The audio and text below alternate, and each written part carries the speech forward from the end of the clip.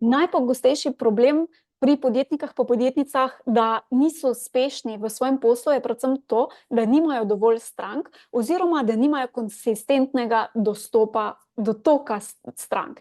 In seveda je to lahko zelo problematično, ker ne samo, da je nezadovoljstvo in ne moreš pomagati toliko strankam, toliko ljudem, kot si želiš, seveda trpi tudi tvoja finančna plat, tvoja družina, verjetno tudi pride lahko do izgorelosti, do preobremenjenosti, ko nenehno iščeš poti, kako zdaj priti do novih strank. In seveda pomembno pri tem, da stranke sploh pridejo do tebe, je to, da ima zgrajeno prepoznavnost, a ne, da si prepoznaven, prepoznavna, tako kot je recimo Mercator ali pa Spar, a ne, ko pomislimo, da rabimo mogoče iti v trgovino, je to lahko hitro prva misel.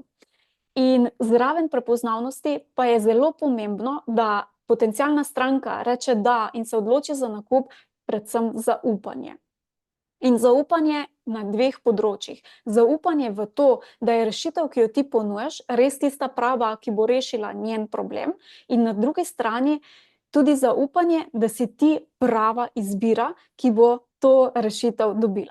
Ti dam konkreten primer. Najprej seveda moramo verjeti, da neka rešitev deluje, da sploh nas zanima ta nakup. In drugo kot drugo, verjetno obstajajo različni ponudniki, ki ponujajo isto rešitev. In zdaj, kako se stranka odloči, seveda mora imeti neko zaupanje, da bo ta ali izdelek ali storitev res dobila, a ne, recimo nakupila na spletni strani, mora zaupati, da je ta spletna stran res nekakšen scam oziroma kakšen nepridiprav, a ne, ki bo samo vzela denar. Torej, moramo imeti tudi zaupanje, da se odločimo za nakup. In po eni raziskavi je v bistvu kar 81 strank oziroma kupcev reklo, da preden se odločijo za nakup pri določenem brandu, pri določenem ponudniku, mu morajo torej zaupati. Kar je res velik procent in res dokaz, da je zaupanje tisto ključno, ki ga potrebujemo pri pridobivanju naših strank oziroma v našem brandu, v našem poslu. In zdaj, seveda, kako lahko pričakujemo nek konsistenten dotok strank, več strank, če v bistvu nimamo zaupanja vreden brand, a ne? In to je lahko oseben brand oziroma posloven brand oziroma kombinacija, hibrid obojega.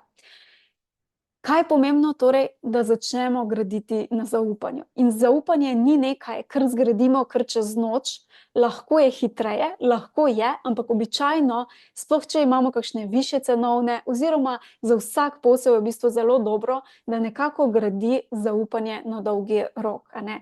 Ker medsebojno, med ljudmi se zaupanje, rabimo čas, da ljudem tudi začnemo zaupati.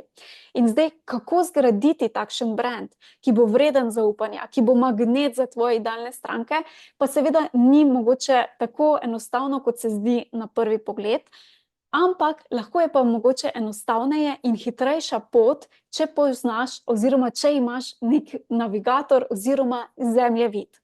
In ravno zato, da te na tej poti podprem, sem organizirala oziroma v ponedeljek štartamo z prvim srečanjem ravno zemljevid oziroma 10-dnevni trening oziroma intenziv, ki sicer bo intenzivno, ampak ne bo pa naporno, bo pa definitivno zabavno.